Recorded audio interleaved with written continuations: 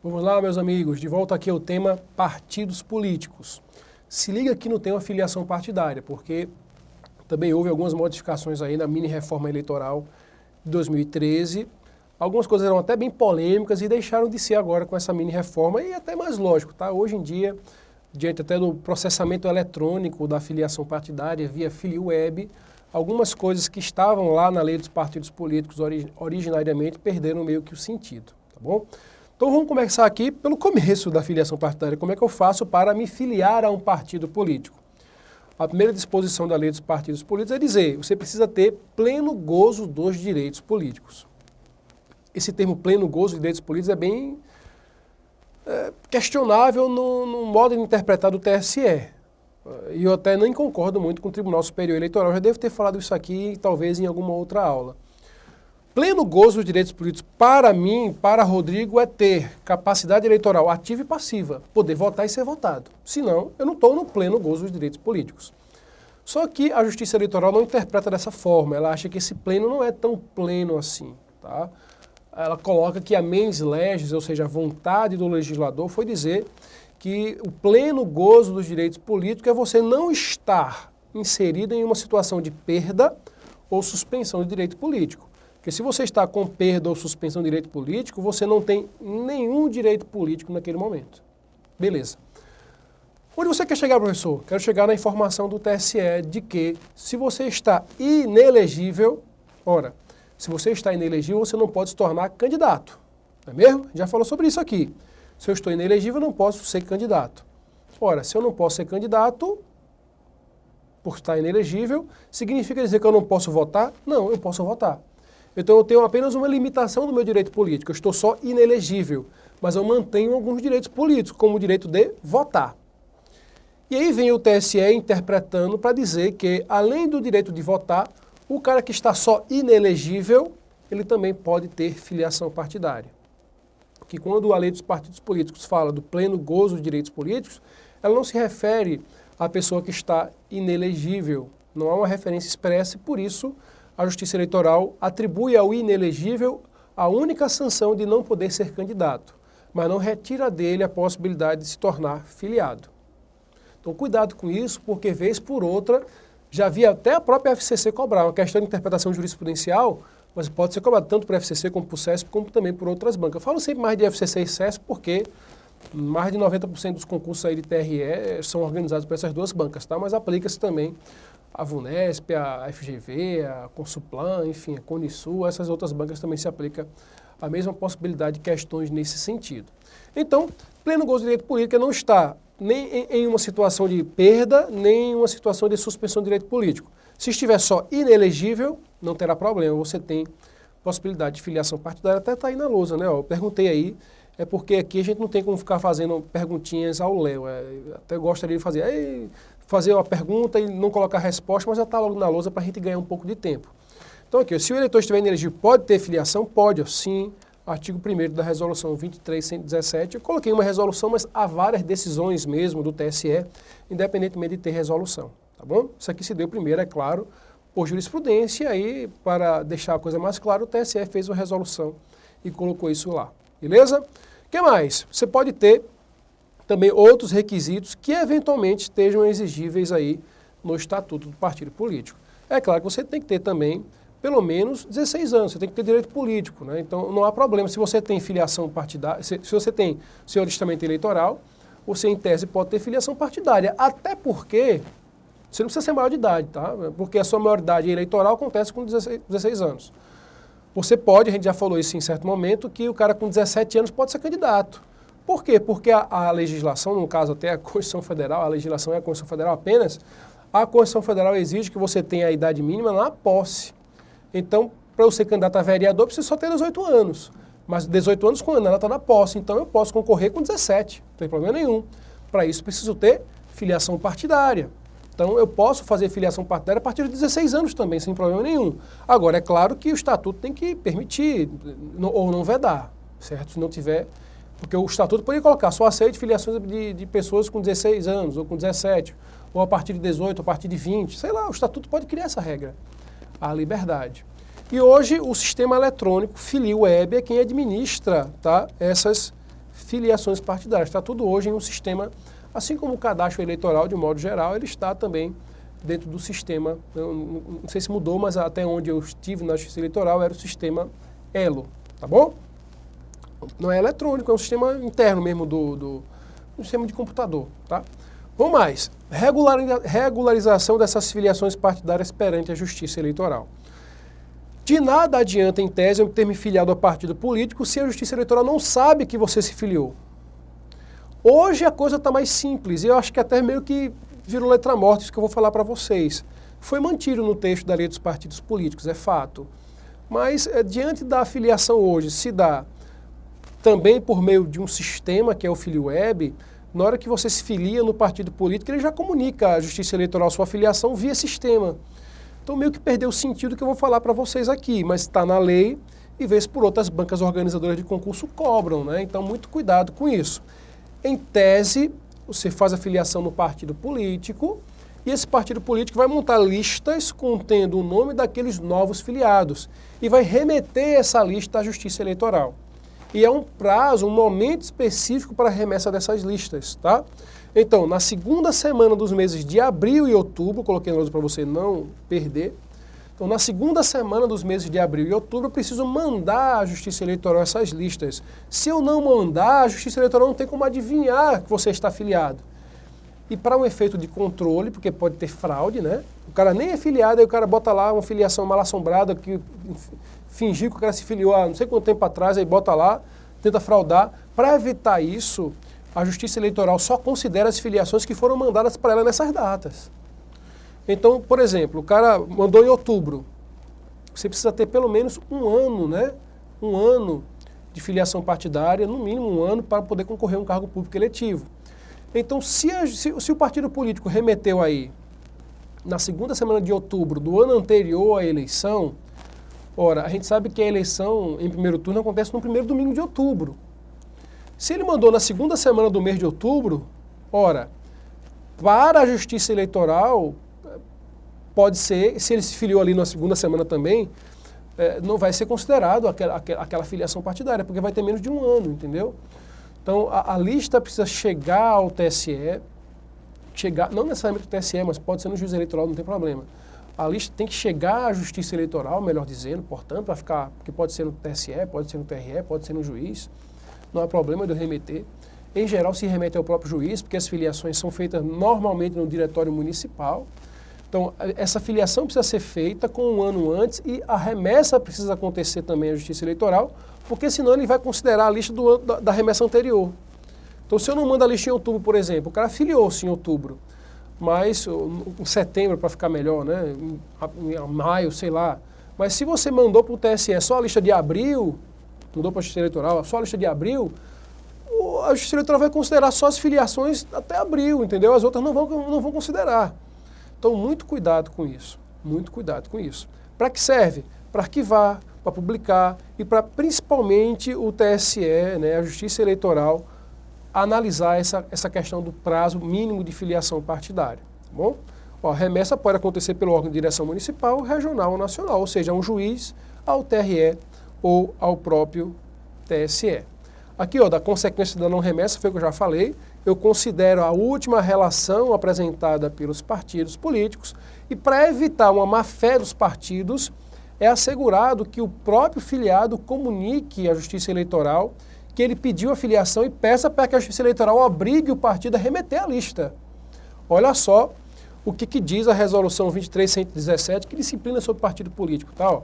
Os prejudicados por desídia é negligência do partido, ou má-fé, poderão requerer diretamente ao juiz da sua zona a intimação do partido para que ele cumpra a obrigação no prazo que fixar, que não pode ser um prazo superior a 10 dias, sob pena de crime de desobediência.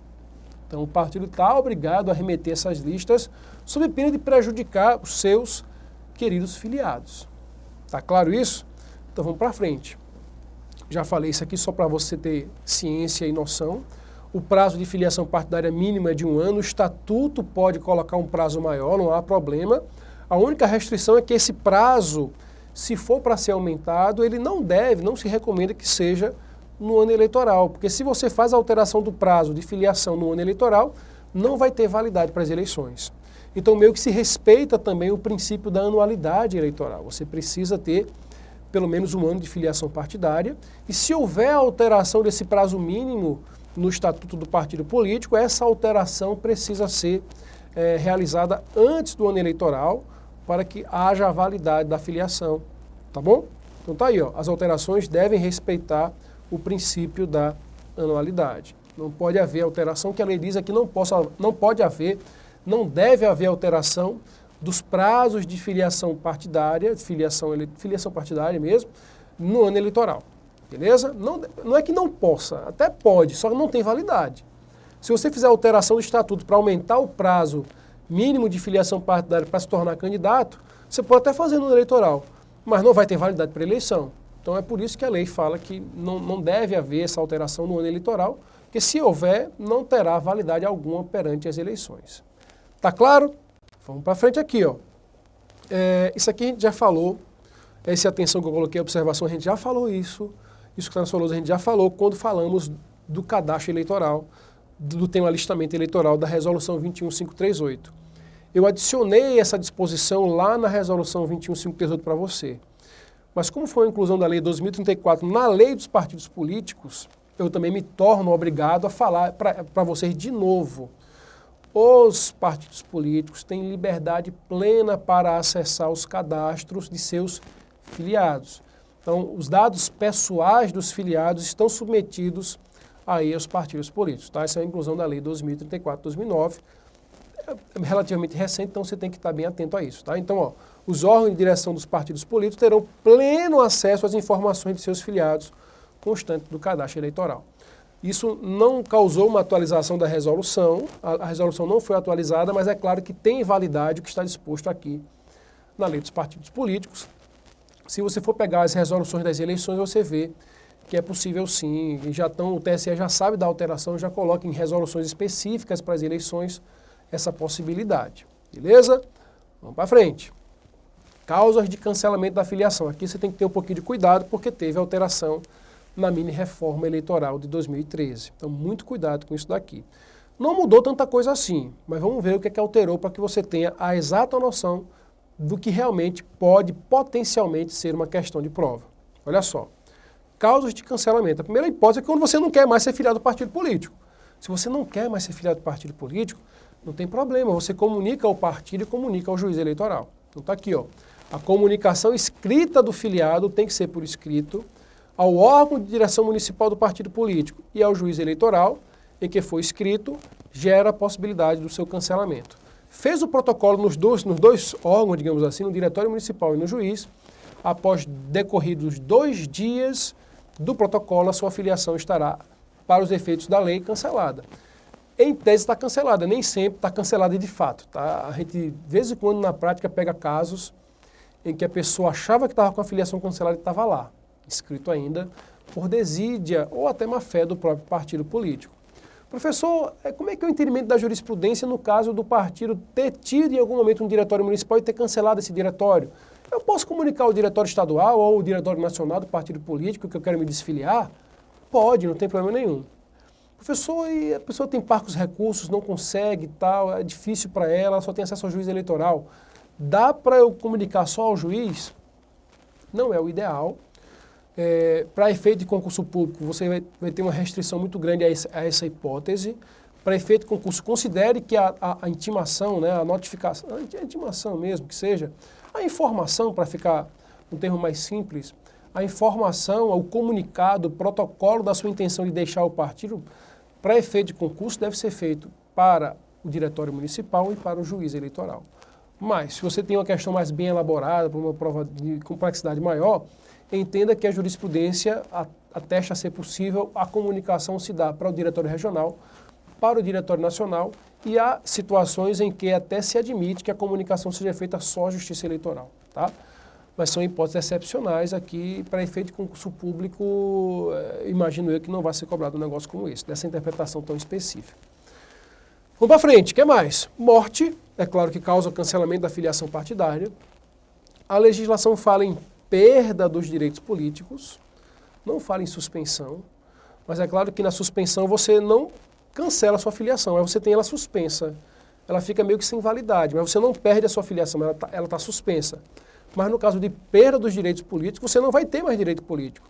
Então não faz sentido manter a sua filiação partidária, então cancela mesmo. Quer mais? Em casos de expulsão, o cara pode ser expulso do partido político, é assegurada, é claro, ampla defesa, contraditório, dentro de um processo administrativo interno do partido político, mas ele pode ser expulso.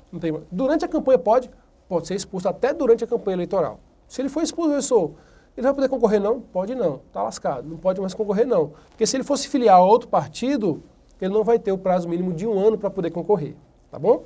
Tudo isso já havia na redação originária lá da Lei 9096 de 95. O acréscimo está aqui, ó, filiação a outro partido, desde que a pessoa comunique o fato ao juiz da respectiva zona eleitoral. Como era antes? Se você fosse para o parágrafo único do artigo 22, na redação anterior, o que é que se tinha lá? Se você tinha uma filiação partidária e fazia uma nova filiação, você obrigatoriamente teria que comunicar até 24 horas dessa nova filiação ao partido e ao juiz. Se você não fizesse essa comunicação em até 24 horas, tinha lá o prazo. Você perdia as 2 filiações partidárias. Então, no dia imediato, dizia assim, o dia imediato, né? Eu estou colocando 24 horas, mas a legislação falava dia imediato. Então, se você tem, na redação anterior, se você estava num partido político e se filiou um novo, você teria que comunicar até o dia imediato a nova filiação à Justiça Eleitoral e ao partido para que essas 2 filiações não fossem canceladas. Se você fazia isso, você cancelava a primeira e mantinha a segunda. Se você não fazia, você perdia as 2 filiações. Agora não. Na hora que eu me filio a outro partido, eu vou ter que comunicar o fato ao juiz eleitoral. Nem preciso comunicar ao partido. Basta comunicar ao juiz eleitoral. Certo? Muito bem. Se eu não comunico no dia imediato, não vai ter problema, eu não vou ter mais a sanção. O que agora, tá até aqui, vou colocar logo para não perder o fio da meada. Ora, se você tem 2, 3, 4, 5 filiações partidárias hoje, a Justiça Eleitoral ela pode até de ofício cancelar as 4 e manter a mais recente. Tá? Não há mais a hipótese de você perder ambas as filiações, as várias filiações, não. Você vai ter, se você tem mais de uma filiação, você vai conseguir manter a filiação mais recente, ainda que a comunicação seja feita fora daquele prazo de 24 horas, porque esse prazo foi retirado da legislação. Tá? Então, o atual parágrafo único do artigo 22, com a lei nova, né, a lei 12.891, diz o seguinte, ó, havendo coexistência de filiações partidárias, porque pode ser 2, 3, 4, não necessariamente são 2, tá? Então, havendo coexistência de filiações, 2, 3, 4, prevalecerá a filiação mais recente, devendo a Justiça Eleitoral determinar o cancelamento das demais. Então eu coloquei para não ficar dúvida aí, ó, não cancela mais as 2 filiações. Agora, nos termos do inciso 5 lá, que a gente acabou de falar, eu preciso, que foi acrescentado pela Lei 12.891, a necessidade de comunicar pelo menos ao juiz dessa nova filiação. Não está dito prazo, não está dito prazo.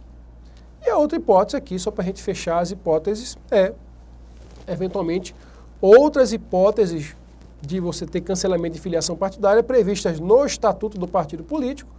Nessas outras hipóteses, não previstas aqui na legislação, obrigatoriamente deve haver a comunicação ao atingido no prazo de até 48 horas da decisão. Isso aqui é outra besteira que é cobrada muito em concurso, tá? Então, esse dispositivo aqui também é muito cobrado. Então, outras formas podem ser previstas, outras formas de cancelamento da filiação partidária. Podem ser previstas em estatuto. Agora, essas outras formas precisam ser comunicadas ao atingido, né, dessa situação de cancelamento no prazo de até 48 horas da respectiva decisão. Vamos lá para ver se a gente consegue terminar o tema partido político ainda nessa aula. Fidelidade partidária. Há uma confusão enorme nesse tema. Há ainda muito debate, mas agora os debates diminuíram porque os deputados, os vereadores e etc. aprenderam a meio que se adaptar à legislação nova, tá? Isso aqui está na resolução 22.610 de 2007 no TSE. Eu tenho um artigo um pouquinho polêmico só, não é tão polêmico não, mas eu tenho um artigo bem didático lá no site Jus Navigante, tá bom? Não estou querendo fazer propaganda do site não, mas Está lá publicado. Se você colocar no Google Rodrigo Martiniano e infidelidade partidária, você vai achar esse meu artigo no Juiz Navigante. Se você quiser dar uma aprofundada, dá uma lida lá nesse meu artigo. Então, olha só, não esqueça de curtir depois se você curtiu, né? Olha só, a gente já adiantou um pouquinho na aula passada ou retrasada sobre isso. A questão dessa relação entre partido e filiado ser uma, enquanto a relação entre filiado, que seja político, detentor de cargo eletivo, com o parlamento ou com, enfim, com o seu cargo do executivo, é uma relação diferente, tá bom? Então, a Constituição, quando você vai ler no artigo 17, ela remete à questão da fidelidade partidária ao estatuto do partido político. Ela diz que o estatuto vai disciplinar a questão da fidelidade partidária. Mas em nenhum momento a Constituição Federal quis dizer que o partido poderia retirar o seu filiado do cargo público eletivo. Em nenhum momento se diz isso. Pode expulsar aquele cara do partido. Pode, em tese, dizer que ele foi infiel, mas retirá-lo do cargo automaticamente, não há esse direito ao partido político. Ele vai precisar postular isso. E a postulação se dá perante a Justiça Eleitoral. A Câmara, nem o Senado tem competência para tirar aquela pessoa e nomear um outro em seu lugar, se não for por decisão da própria Justiça Eleitoral. Isso nesses casos, tá? Nesses casos de fidelidade partidária. Há outros casos em que é possível, sim. Que, sei lá, um caso de impeachment, por exemplo, né? É possível tirar o cara do seu cargo, não tem problema nenhum. Ele descumpre lá os mandamentos constitucionais, enfim. Mas nessa hipótese de infidelidade partidária, não poderá a Câmara, o Senado, ou enfim, qualquer outro órgão que detenha cargo público eletivo, receber uma ordem do partido e cumpri-la sem que seja por via da Justiça Eleitoral. Então vamos lá, ó, só para você entender aí do jeito que está na lousa. Ó. A relação partido com afiliado, ela está no Estatuto. A relação afiliado-parlamento ou cargo do Executivo é uma relação diversa. Não deve constar no Estatuto. Deveria haver uma lei para tratar sobre isso. Tem a lei? Não tem a lei, tá? E aí, o jeito foi o TSE criar a Resolução 22.610, tá bom? O Estatuto não pode prever o procedimento para a perda do mandato por infidelidade, porque a relação entre filiado, detentor de cargo eletivo com o seu cargo é diversa da relação em que ele tem com o seu partido político, tá bom? Então, o procedimento está todo previsto na resolução, eu explico passo a passo no meu artigo publicado lá no Juiz Navigante. Então, olha só, e por que toda essa bronca, né? Tudo isso se deu porque a Justiça Eleitoral, através do TSE e respondendo consulta, feita por um parlamentar federal, entendeu que o cargo não é do candidato eleito, o cargo é do partido político. Se o cargo é do partido político, o cara mudou de partido de forma infiel, de forma indevida, ora, em tese ele deveria perder o mandato, não é mesmo? Então, em 27 de março, está aí na sua lousa, em 27 de março de 2007, o TSE declarou, por meio de uma resposta à consulta, que todos os cargos proporcionais pertenciam aos partidos políticos. Tá bom? Aí se perguntou depois, e os cargos majoritários, TSE, prefeito, presidente, etc., pertencem aos partidos políticos o cargo também? Disse o TSE um pouco depois, em outubro de 2007, que o mandato também de todos os majoritários pertence aos partidos. Como é que você faz para tirar o cara que mudou de partido, o cara sendo do majoritário, e quem vai entrar no lugar dele é uma discussão ainda mais ferrenha, tá bom? O jeito teria que ser fazer provavelmente novas eleições, tá bom? Mas é um debate que não vale a pena a gente trazer para cá, porque não vai ser cobrado em concurso público um debate dessa natureza, tá bom? O STF ratificou o entendimento do TSE, mas disse que ele só valeria a partir de 27 de março de 2007, que foi quando ele deu a primeira resposta à consulta, informando que esses mandatos pertenceriam aos respectivos partidos. E esse entendimento do TSE acabou sendo solidificado, consignado, concretizado, repito, na Resolução 22.610 de 2007. Olha só, quando é que há infidelidade partidária finalmente, professor? Vai haver infidelidade partidária quando, em tese, aquele parlamentar, aquele filiado ao partido político, descumprir as regras próprias de fidelidade previstas no Estatuto. Não dá para eu dizer a você qual é a regra de fidelidade do Estatuto, porque cada Estatuto vai prever de sua forma diferente. Então, há certas regras que o Estatuto define e vai dizer lá, olha, se você descumprir essas regras, você está sendo infiel.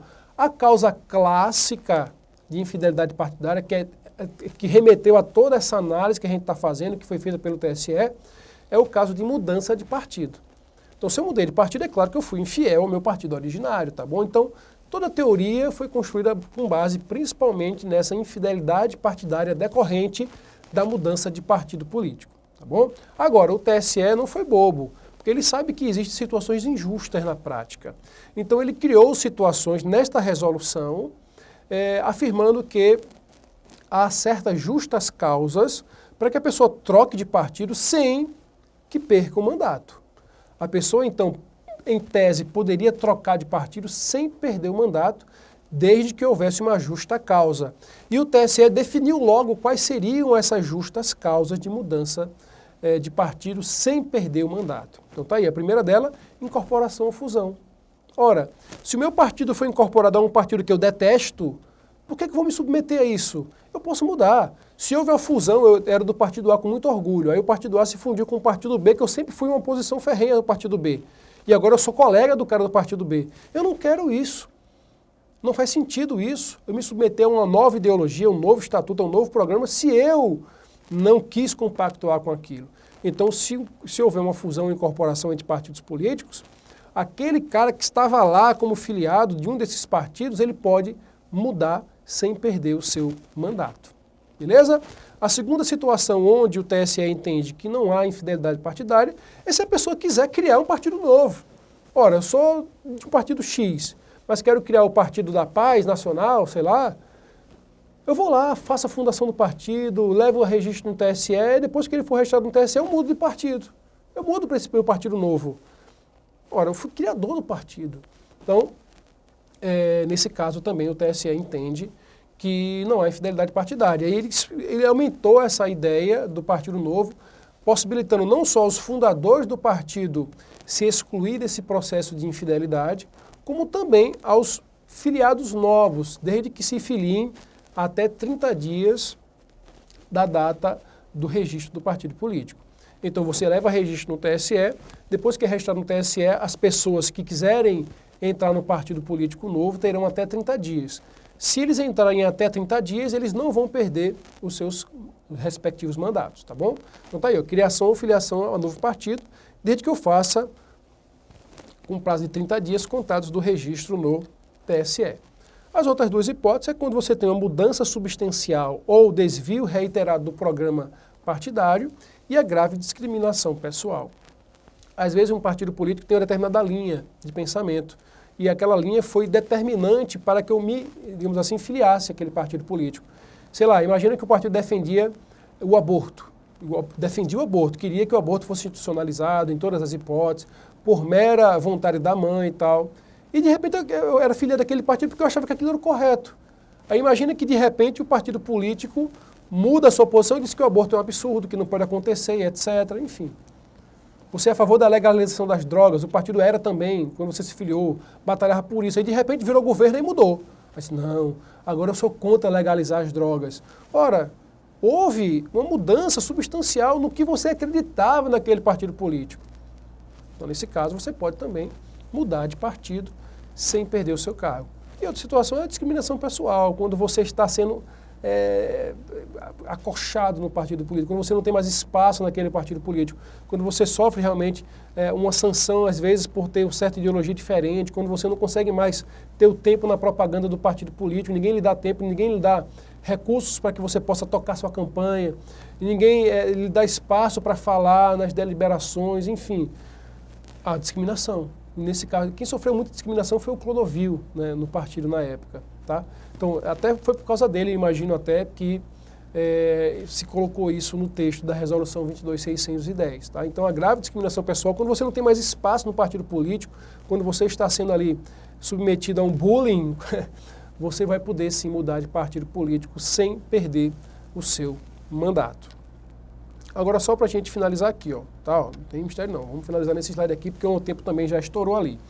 A ação de perda de mandato parlamentar. Eu sei que processo eleitoral não é o tema agora, mas é só para não perder a oportunidade de falar isso que está na Resolução 22.610. Eu quis falar porque eu já vi uma questão cobrando isso, tá bom? Então, quem é que pode pedir o cargo? Ora, Quem é o interessado principal? O partido político, né? Afinal, o partido político, o mandato pertence ao partido político. Mas além do partido político, é claro que o Ministério Público pode também requerer a decretação da perda do mandato e, é claro, os que tiverem interesse jurídico, por exemplo, os suplentes. Então, se eu sou o primeiro suplente e o cara foi infiel, o cara que está lá no cargo foi infiel, partidário, eu quero mais é que ele saia para eu poder assumir a vaga. Então, eu poderei postular isso também. Agora, a resolução 22.610, além de estabelecer um prazo, ela coloca uma ordem, tá? Então, veja, nos primeiros 30 dias contados da data da infidelidade partidária, só quem pode pedir a declaração da perda do mandato é o próprio partido político. Nos outros 60 dias, aí sim, o Ministério Público e os interessados jurídicos poderão pedir. Daí eu tiro outra conclusão também, eu só tenho prazo para pedir a decretação da perda do mandato de 60 dias. Tá? Os 30 primeiros para os partidos, se o partido não exercitar o seu direito, o Ministério Público pode pedir a perda do mandato, como também os interessados jurídicos. Então eu tenho um prazo de 60 dias, na verdade o prazo para se requerer é de até 60 dias. Os 30 primeiros para o partido, os outros 30, se o partido não requereu, vão para os demais. Tá bom? O que mais? Quem é que vão ser as partes réis? Quem é que vai ser réu nesse processo? Os réus são chamados de litisconsórcio. Quando há mais de um réu, há o que a gente chama de litisconsórcio. Quem é que será réu nesse processo? O mandatário, ou seja, quem está exercendo o mandato eletivo e que se desfiliou, né? E o eventual partido novo em que ele esteja inscrito. Então é claro que aquele partido vai perder a vaga e ele tem que ser acionado, tá bom? Isso aqui também está na resolução 22.610. Tá bom, meus amigos? Ficamos por aqui. Terminamos aqui o nosso tema, terminamos aqui a nossa temática sobre os partidos políticos. Na nossa próxima aula já iniciaremos aí o tema eleições. Tá bom? Um grande abraço, fiquem com Deus.